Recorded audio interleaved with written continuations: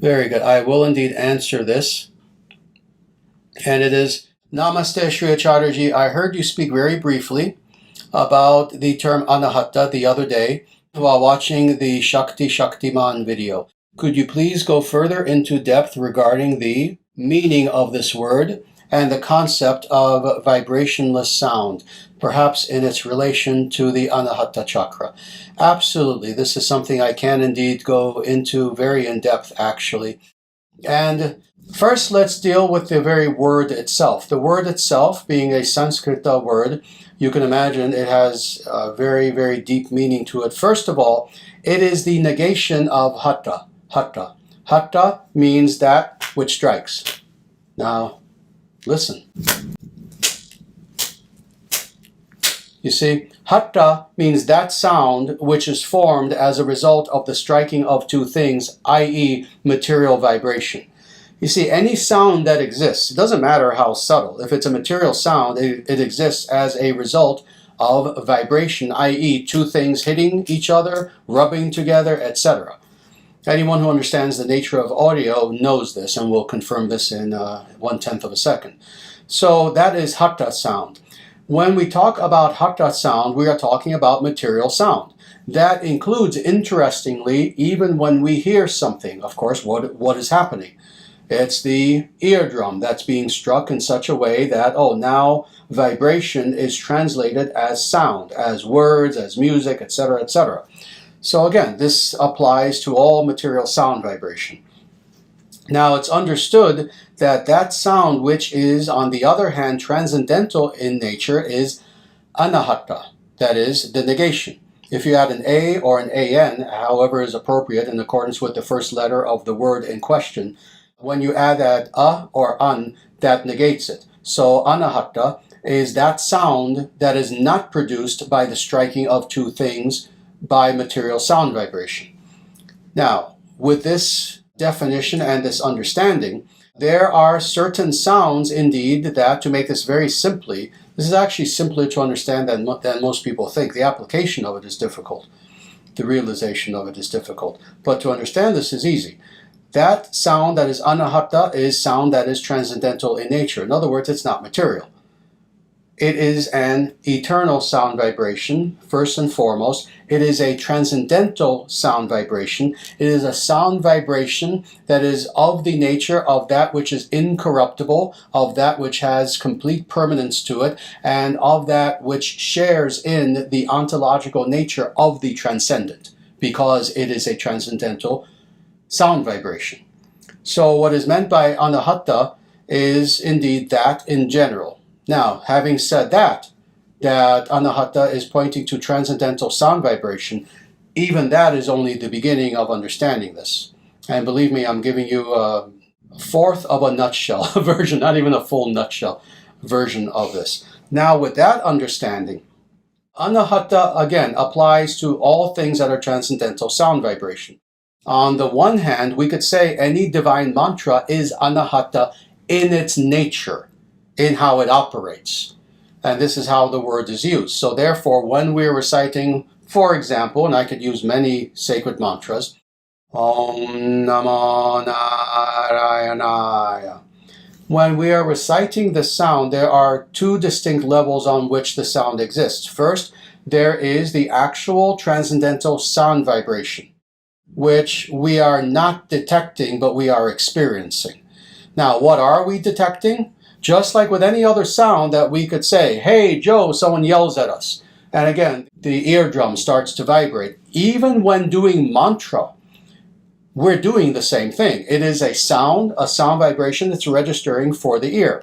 But with mantra, the difference is this, that unlike yelling at someone or listening to music or anything else, where there is merely the vehicle itself, in the case of sacred sound vibration, there is the vehicle that is the actual sound vibration, but then there is that hidden element of Anāhata reality that is being carried by that vehicle. So thus, when we are meditating upon Om Namo Narayanaya, that very sound vibration is the vehicle carrying the eternal divine name of God, which is non-distinct from God.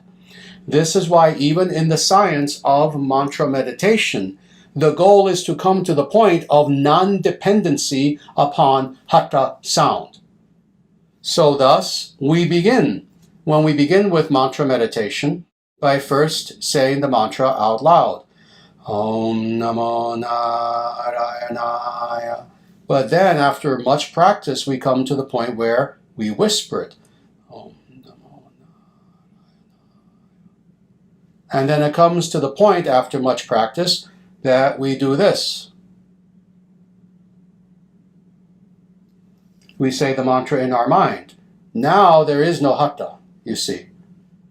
But then we go even deeper, and it comes to the point where we're no longer even saying the mantra in our mind. We are experiencing the mantra as non-distinct from God. And interestingly, not in the mind, but now the region shifts to where? Now we get to the second part of your question, the Anāhata Chakra, and that is the heart chakra. So there are two things to be said about the Anāhata Chakra. In the same way that I explained that mantra operates, i.e., there is the more material vehicle, but that then carries the transcendent element into us. Well, in the same way, this is true for the Anāhata area as well. There is the chakra itself. So indeed, the heart chakra is called the Anāhata Chakra. That's material. I've talked about this many times. Indeed, in the Upanishads, it describes this. How the chakras have to do with the sukshma sharira. They're not physical, but they're not fully spiritual either. They're in between. They exist on the causal, the astral plane. Now, the Anāhata Chakra itself, that being its nature, i.e. still subtle materiality, but materiality nonetheless, that is the vehicle, that is the exterior that we encounter. The true Anāhata is not a chakra. It is still there within the heart region, but it is where we encounter God directly as Paramatman. So this is what we are to realize within the heart region, even more so than a chakra. It's amazing. If a person were to indeed activate the Anāhata Chakra, that alone would be a truly positive and amazing experience. That's just a chakra. If you go deeper, what is then happening is that you are encountering God within the heart.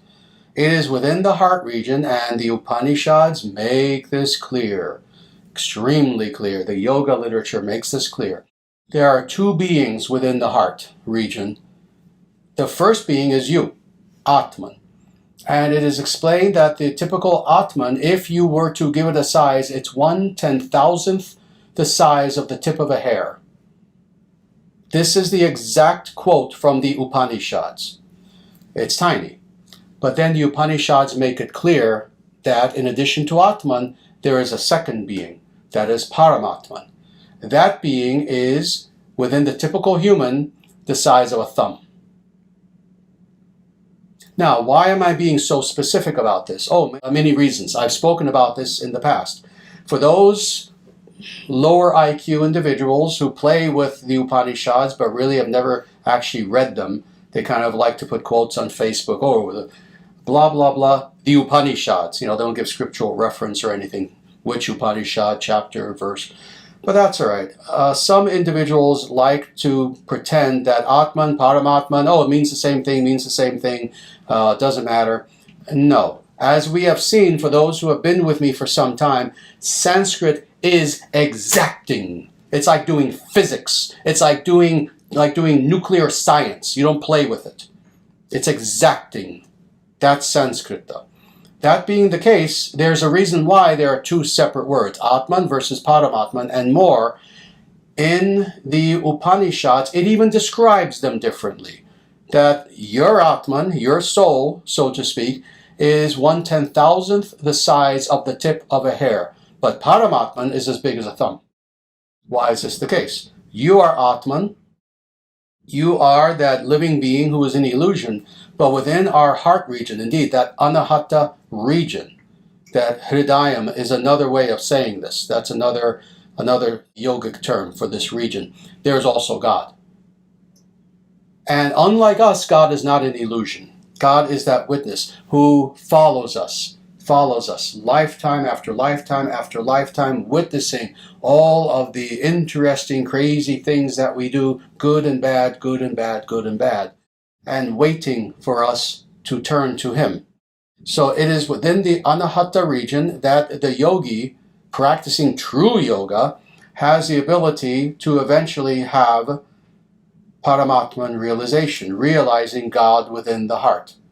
Now, this aspect of Anāhata is not the same as the Anāhata Chakra, but this is purely transcendent. This is itself considered to be Vaikuntha, the kingdom of God, localized. So this is the goal of every true yogi, of every real yogi, is to realize, again, God within the heart. And that Vaikuntha is there with us already, because God is there with us already. It's just that right now we're in illusion we cannot see.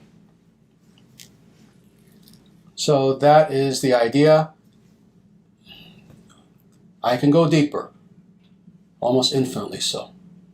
But let's just say that is an explanation for what is Anāhata, and what is the definition, and what it actually truly means on the peripheral sense, but then the deeper sense.